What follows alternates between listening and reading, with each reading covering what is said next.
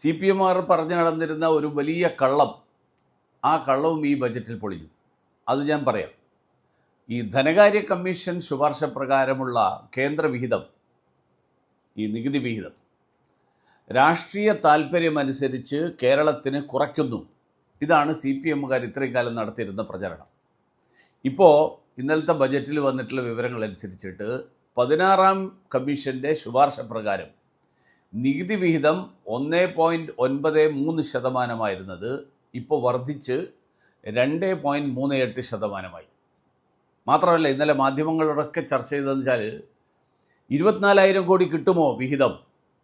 ഇപ്പോൾ ഇന്നലെ പ്രഖ്യാപിച്ചിരിക്കുന്നത് 36,000 കോടിയാണ്. ധനകാര്യ കമ്മീഷൻ്റെ മാനദണ്ഡങ്ങൾ പ്രകാരം ആണ് ഇത് കൂടിയത്.